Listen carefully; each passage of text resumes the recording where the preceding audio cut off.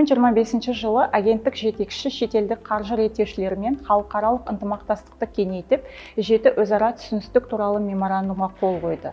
Серіктестік келісімдер Чехия Республикасын, Біріккен Араб Әмірліктерінің, Әзербайжан Республикасын, Қытай Халық Республикасын, Түркия Республикасын, Оман Сұлтандығының және Мысыр Араб Республикасын қадағалау органдарымен жасалды.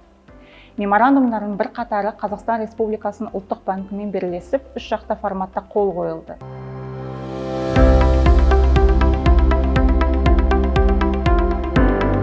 Аталған жұмыстың негізгі мақсаты банк және қаржы саласындағы реттеу бойынша ынтымақтастықты дамыту, қадағалау ақпаратын және үздік тәжірибелерді алмасу, сондай-ақ базис стандарттарына негізделген қадағалау тәсілдерімен үйлестіру болып табылады.